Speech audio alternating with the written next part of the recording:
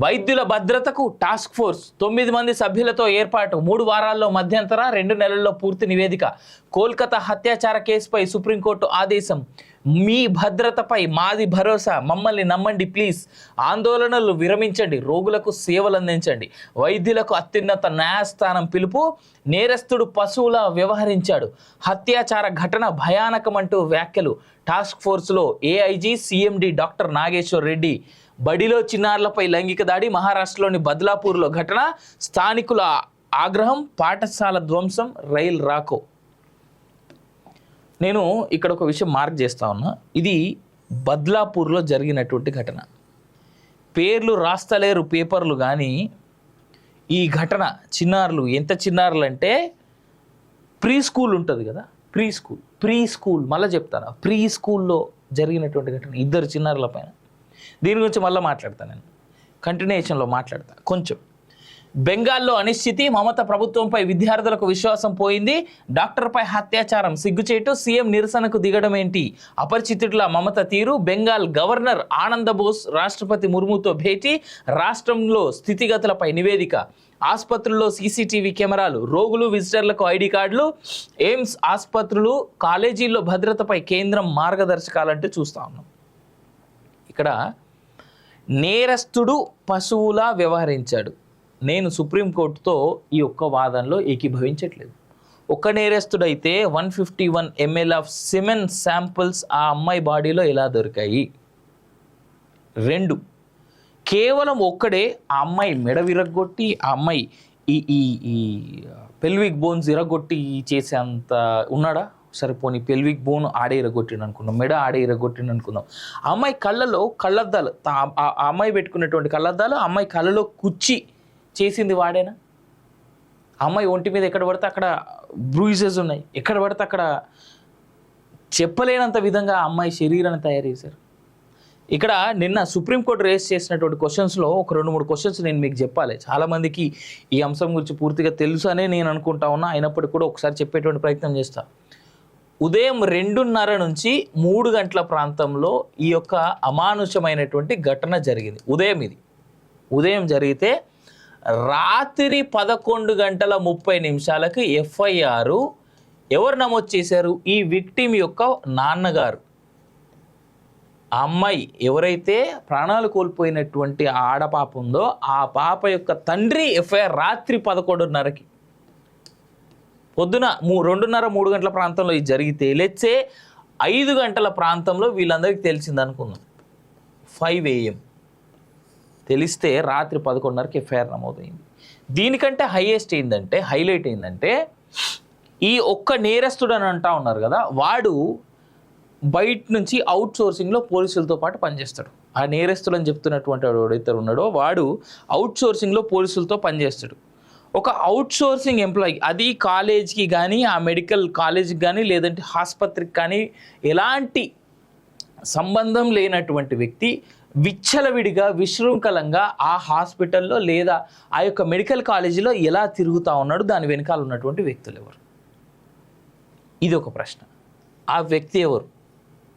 తర్వాత ఎవరి కవరప్ కోసం ఈ ఇన్సిడెంట్ జరిగినటువంటి ఈ అమానుషం జరిగినటువంటి ఏరియా నుంచి కేవలం 20 మీటర్ల డిస్టెన్స్లో కన్స్ట్రక్షన్ మొదలైంది. కేవలం 20 మీటర్ల డిస్టెన్స్లో కన్స్ట్రక్షన్.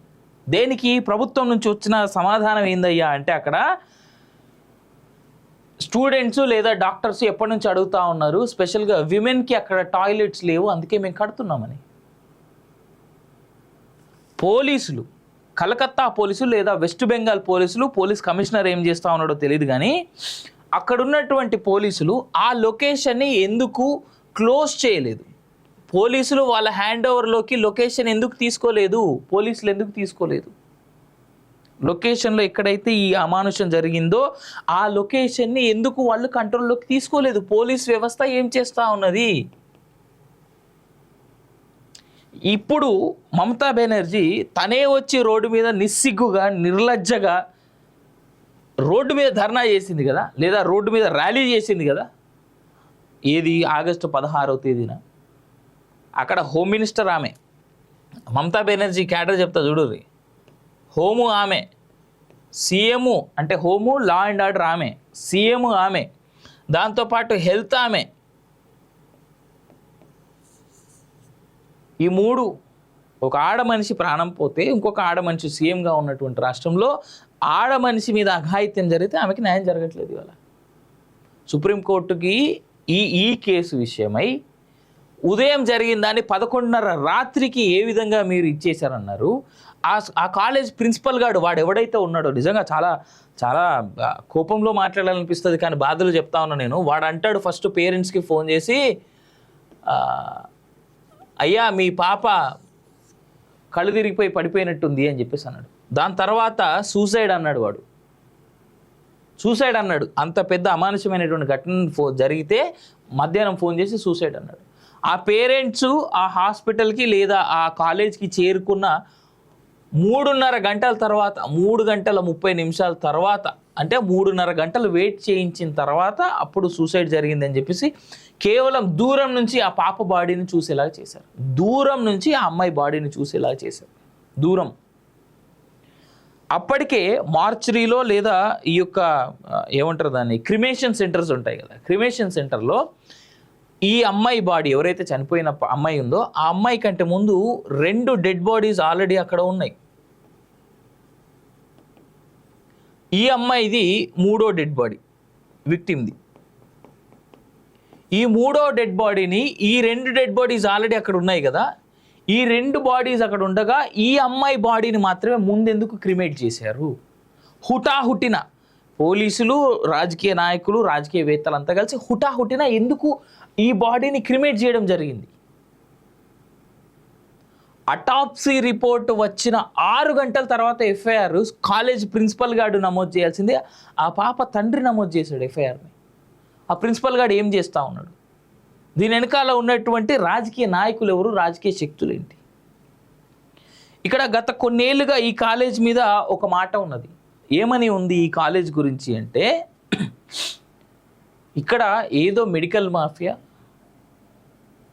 సంబంధించినటువంటి డ్రగ్స్ దందా జరుగుతూ ఉంది. డ్రగ్స్ దందా అంటే మందులు, అక్కడికి వచ్చేటువంటి మెడిసిన్స్.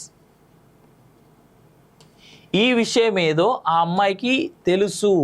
అందుకే ఆ అమ్మాయిని అంత అమానుషంగా ప్రాణాలు లేకుండా చేయడం జరిగింది అనేటువంటిది కోల్కతా నుంచి వినిపిస్తున్నటువంటి మాట.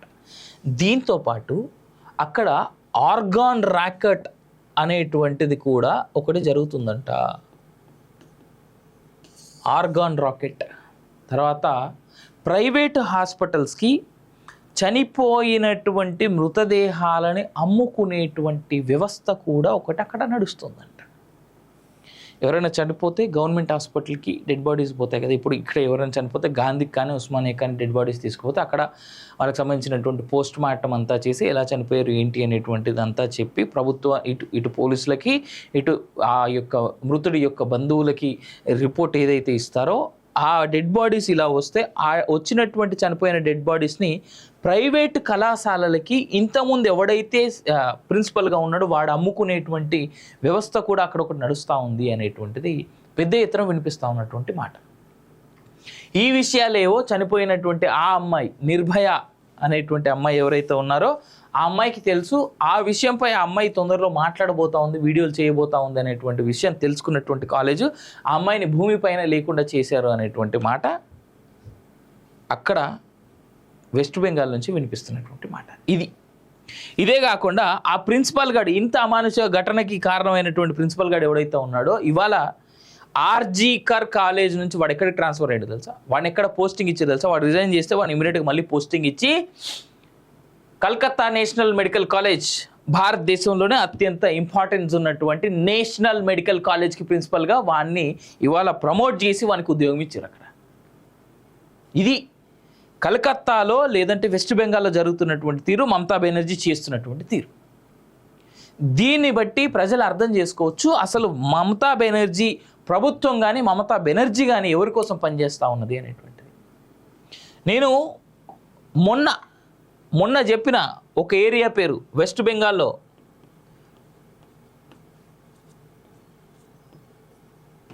సందేశ్ ఖాళీ. దయచేసి గూగుల్ వాడండి, దయచేసి న్యూస్ చూడండి ప్రజలారా, దయచేసి సందేశ్ ఖాళీలో ఏం జరిగిందో తెలుసుకోండి. మమతా బెనర్జీ ప్రభుత్వం అధికారంలోకి వచ్చినప్పటి నుంచి ఆ రాష్ట్రంలో ఆడవాళ్ళ పట్ల ఏ రకమైనటువంటి అమానుషాలు అఘాయిత్యాలు జరుగుతూ ఉన్నాయి అనేటువంటిది ప్రజలు తెలుసుకోవాలి. వివస్త్రాలను చేసి నడి రోడ్డుపై అక్కడ ఉండేటువంటి ఆడవాళ్ళని అమానుషమైనటువంటి ఘటనలు, ఎన్నో ఘటనలు అక్కడ లెక్కలేనన్ని, ఎఫ్ఐఆర్లు రిజిస్టర్ కానన్ని. భారతదేశం చేసుకున్నటువంటి ఎంత బాధాకరమైనటువంటి అంశం అంటే ఈ పాప చాలా బ్రూటల్గా ఇదయింది కాబట్టి అక్కడున్నటువంటి డాక్టర్లంతా తేరుకున్నారు కాబట్టి వాళ్ళు బయట పెట్టారు కాబట్టి ఇది ప్రజలకు చేరవేయబడింది తప్ప లేకపోతే అవకాశం కూడా లేదు. ఇక్కడ తెలిసేది కూడా కాదు, ఇంకో సందేశ్ ఖాళీలాగా అయిపోతుండే. కేవలం ఆ అమ్మాయికి సంబంధించినటువంటి అంశమే కాదు, ఇక్కడ ఆ కాలేజీలో, ఆ మెడికల్ కాలేజీలో, ఆ మెడికల్ హాస్పిటల్లో, ఆర్జీకర్ హాస్పిటల్లో ఇంకా ఏదో చాలా పెద్ద కుట్ర ఉన్నది దీని వెనకాల. ఆ విషయం ఆ అమ్మాయికి తెలుసు, అందుకే ఇంత జరిగింది. నా మాట కాదు, టీఎంసీ ఎంపీఏ అక్కడ ఉన్నటువంటి టీఎంసీ ఎంపీఏ ఈ మాట చెప్తా ఉన్నాడు. ప్రస్తుత టీఎంసీ ఎంపీ ఆయన సస్పెండ్ చేసింది పార్టీ నుంచి, మమతా బెనర్జీ. ఇద్దరు ఎంపీలు దీనికి ఎగెనెస్ట్గా మాట్లాడారు. ఒకే ఒక్క స్పైన్ ఉన్నటువంటి, వెన్నుముక ఉన్నటువంటి ఒకే ఒక్క మొగుడు నాకు కాంగ్రెస్ పార్టీ నుంచి కనబడ్డాడు వెస్ట్ బెంగాల్లో. మిగిలిన వాళ్ళు ఎవరు మాట్లాడలే కాంగ్రెస్ వాళ్ళు దీని మీద, ఎవరు. రాజ్దీప్ సర్దేశాయ్ అని చెప్పేసి మనకు ఒక చాలా senior news presenter, news anchor లేదా జర్నలిస్ట్ ఉన్నాడు. ఆయన భార్య కూడా అక్కడ ఎంపీఏ, సాగరిక ఘోష్ అనుకుంటా ఆమె పేరు. ఆమె కూడా సిబిఐ చేతికి హ్యాండ్ ఓవర్ చేసిన కేసుని సిబిఐ ఇప్పటిదాకా ఏం మాట్లాడలేదు అనేటువంటి మాట్లాడతాను. సిబిఐ వాళ్ళు వచ్చి ఎంక్వైరీ స్టార్ట్ చేయకముందే ఆడ లొకేషన్ అంతా వలగొట్టి లొకేషన్ అంతా తీసేసి మొత్తం అంతా డ్యామేజ్ చేసారు. లారీలల్లో గూన్స్ వచ్చి హాస్పిటల్ మొత్తం వ్యాండలైజ్ చేసేసారు. లారీల్లో గూన్స్, సినిమాలలో మనం చూస్తాం కదా, సుమోలలో కత్తులు ఇట్లా ఇట్లా ఉప్పుకుంటూ వస్తారు. లారీల్లో వచ్చి హాస్పిటల్ని, ఆడపిల్లలు ఉండేటువంటి ఆ యొక్క హాస్టల్ని పడగొట్టేటువంటి, మొత్తం నాశనం చేసేటువంటి ప్రయత్నం చేసిరు. ఇన్ని జరిగినాయి అక్కడ, ఇన్ని జరిగినాయి వెస్ట్ బెంగాల్లో. ఇన్సిడెంట్ జరిగిన రెండో రోజు టీఎంసీ గూన్స్ అంతా కలిసి, రెండో రోజు మూడో రోజు గూన్స్ అంతా కలిసి ఆ హాస్పిటల్ని, ఆడపిల్లలు ఉండేటువంటి హాస్టల్ క్యాంపస్ని నాశనం చేయడానికి ట్రై చేశారు. హాస్పిటల్లో ఉన్నటువంటి ఎమర్జెన్సీ వ్యవస్థని నాశనం చేశారు వాళ్ళు. ఈ నా మాటలు కాదు, అక్కడ ఉండేటువంటి పోలీసు వాళ్ళే చెప్పుకున్నటువంటి మాటలు. అక్కడ ప్రిన్సిపల్ కానీ police senior most police officer లేదా ఆ స్టేట్కి సంబంధించినటువంటి పెద్ద పోలీస్ ఆఫీసర్ ఎవరైతే ఉన్నారో ఆయన, అక్కడ ఉన్నటువంటి ప్రిన్సిపల్ ప్రెస్ మీట్లు పెట్టి విక్టిమ్ పేరు ఎప్పుడు బయటికి చెప్పొద్దు తెలుసా. ఇట్లాంటి అంశాలు స్పెషల్గా పేర్లు ఎప్పుడు బయటికి చెప్పరు. కానీ ఆ అమ్మాయి పేరు ప్రెస్ మీట్లో 9 సార్లు మాట్లాడిండు వాడు. ఏ రెస్పెక్ట్ ఎట్లా ఇవ్వబుద్ధి అవుతుంది సార్, ఎట్లా ఇవ్వబుద్ధి అవుతుంది ఇట్లాంటి వాళ్ళకి? ఈ విషయం ఎందుకు అర్థం కావట్లేదు? మనం ఏమైనా అంటే మనం తిడుతున్నాము, యాంగర్లో మాట్లాడుతున్నాము అని చాలామంది అంటారు, కానీ విక్టిమ్ పేరు బయటికి చెప్పొద్దన్న కామన్ సెన్స్ లేకుండా బతుకుతూ ఉన్నారా జనాలు? అధికారంలో ఉండి, అది కూడా కొన్నేళ్ళుగా ట్రైనింగ్లు తీసుకొని వస్తారే వీళ్ళంతా. మీలాంటి వాళ్ళు, నాలాంటి వాళ్ళు పేర్లు బయటికి చెప్పినామంటే ఒక అర్థం ఉన్నది, ఎందుకంటే మనకు తెలియదని అనుకుందాం. కానీ అధికారంలో ఉన్నారు, న్యాయబద్ధంగా చట్టబద్ధంగా వీళ్ళకు అంటే ఒక ట్రైనింగ్ ఇస్తారు, వీళ్ళకి ఇన్ని చెప్తారే. ఇలాంటి వాళ్ళు కూడా విక్టిమ్ పేరు బయటికి చెప్తే ప్రైవసీ ఆఫ్ దిస్ మ్యాటర్ అనేటువంటిది ఎక్కడ ఉంటుంది?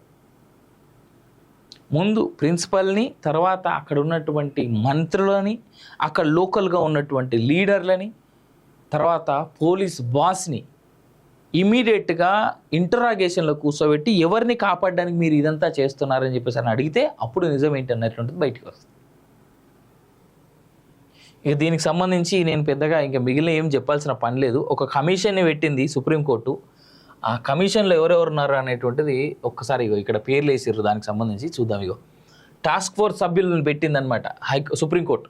సుమోటోగా తీసుకొని టాస్క్ ఫోర్స్ ఏర్పాటు చేసింది. Surgeon vice admiral Aarti, ఏవిఎస్ఎం VSM DG medical services, navy నుంచి తీసుకున్నారు ఆయన్ని. D Nageshwar Reddy, chairman MD Asian institute of gastroenterology, AIG hospitals. M Srinivas, AIIMS Delhi director. Pratima Murthy, NIMHANS director Bengaluru. Govardhan దత్పూరి AIIMS Jodhpur executive director, Soumitra Rawat member board of management sir Gangaram hospital, professor Anita Saxena vice chancellor Pandit BD Sharma medical university Rohtak, Pallavi సప్లే Deen grant medical college JJ group of hospitals Mumbai, Padma Srivastava Delhi గతంలో Delhi AIIMS neurology విభాగం ప్రొఫెసర్గా చేసినటువంటి వ్యక్తి. Supreme court DY Chandrachud గారి ఆధ్వర్యంలో ఇలాంటి విషయాల్లో చాలా అగ్రెసివ్గా కనిపిస్తూ ఉన్నారు. ఆయనే కాదు, ఆయన పక్కన కూర్చున్నటువంటి ఆ ముగ్గురు ధర్మాసనంలో ఉన్నటువంటి వ్యక్తి కూడా. నేను చెప్తే చాలామందికి తెలియదు అని చాలామంది చెప్తా ఉన్నారు కామెంట్లో కూడా. నేను చూసినా, మేము ఎక్కడ చూడాలో తెలియదు అని. ఇగో ఈడ ఒక్కసారి జూమ్ అయ్యారు అబ్బాయి. ఇక్కడ మొబైల్ ఫోన్లో ఈ ఉమెన్, ఈ డాక్టర్ ఎవరైతే ఉన్నారో ఆవిడ తన మొబైల్ ఫోన్లో ఈ కోర్టుకు సంబంధించినటువంటి వాదోపాదాలు లైవ్లో చూస్తూ ఉంది ఆవిడ మొబైల్ ఫోన్లో. మీరు కూడా చూడొచ్చు. ఇంటర్నెట్ వాడకం కొంచెం అర్థం చేసుకుంటే చాలు. మనం అరుణా షాన్బాగ్ను ప్రస్తావించిన సిజేఐ, కోల్కతా హత్యాచారం అంశంపై విచారణ సందర్భంగా సిజేఐ జస్టిస్ చంద్రచూడ్ అరుణా షాన్బాగ్ ఉదంతాన్ని ప్రస్తావించారు. 1973 నాటి ఈ ఘటన అప్పట్లో దేశంలో సంచలనం సృష్టించింది. ముంబైలోని కింగ్ ఎడ్వర్డ్ మెమోరియల్ హాస్పిటల్లో నర్సుగా పనిచేసే అరుణా షాన్బాగ్పై 1973 నవంబర్ 27వ తేదీ రాత్రి ఆసుపత్రిలోని వార్డ్ బాయ్ సోహన్ లాల్ లైంగిక దాడికి పాల్పడ్డారు.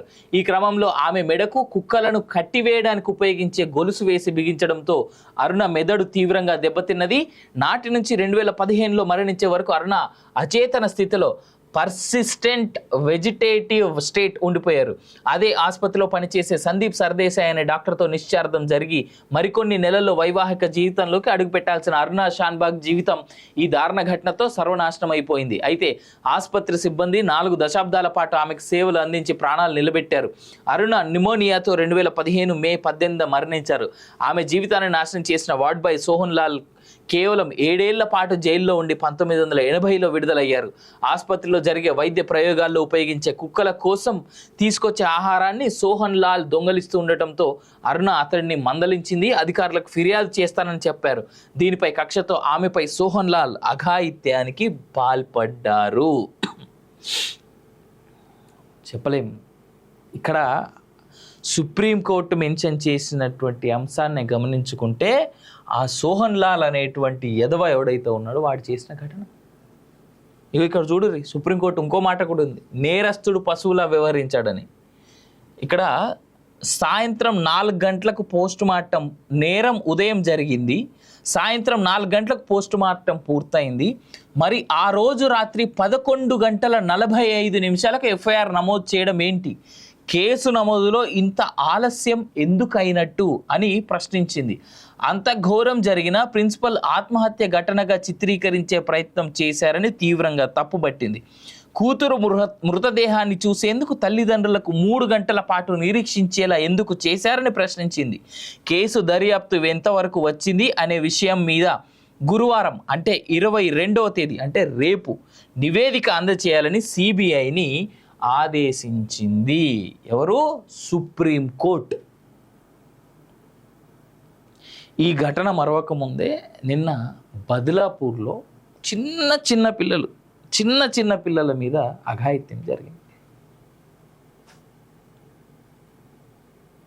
స్కూల్ టాయిలెట్లో చిన్నారులపై దారుణం, పెళ్ళుబిక్కిన జనాగ్రహం, మహారాష్ట్రను కుదిపేస్తున్న బద్లాపూర్ ఘటన.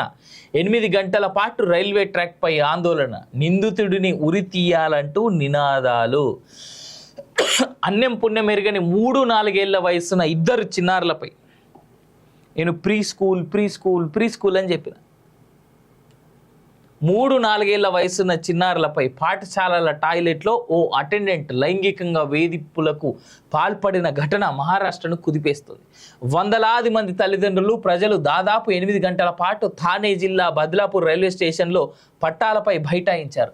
రైళ్ల రాకపోకలను అడ్డుకోవద్దని, రైల్వే ట్రాక్లను ఖాళీ చేయాలని ప్రభుత్వం ఎంత విజ్ఞప్తి చేసినా లెక్క చేయకుండా ఉదయం 8 గంటల నుంచి సాయంత్రం వరకు ఆందోళన కొనసాగించారు.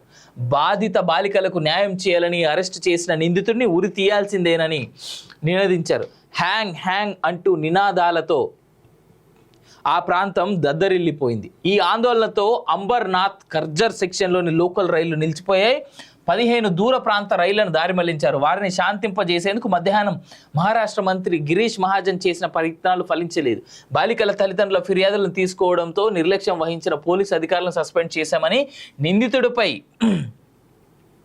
నిందితుడిపై అత్యంత కఠిన చర్యలు తీసుకుంటామని అన్నారు. నిరసనకారుల డిమాండ్లకు అనుగుణంగా ప్రభుత్వం నిర్ణయాలు తీసుకుంటుందన్నారు. ఇక దాని తర్వాత ప్రతిగా నిరసనకారులు రాళ్లు రువ్వారు. ఎట్టకేలకు 6:15 గంటల సమయంలో రైల్వే ట్రాక్ను క్లియర్ చేయగలిగారు.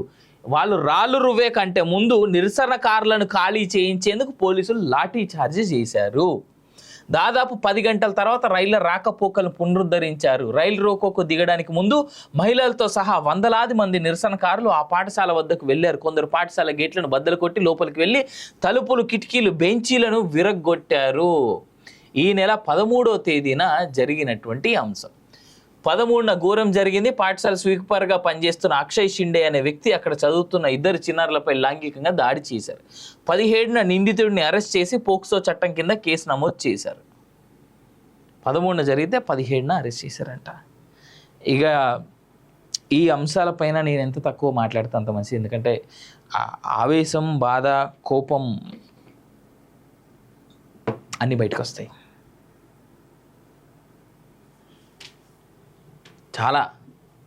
చాలా బయటకు వస్తాయి, కానీ చెప్పలేను.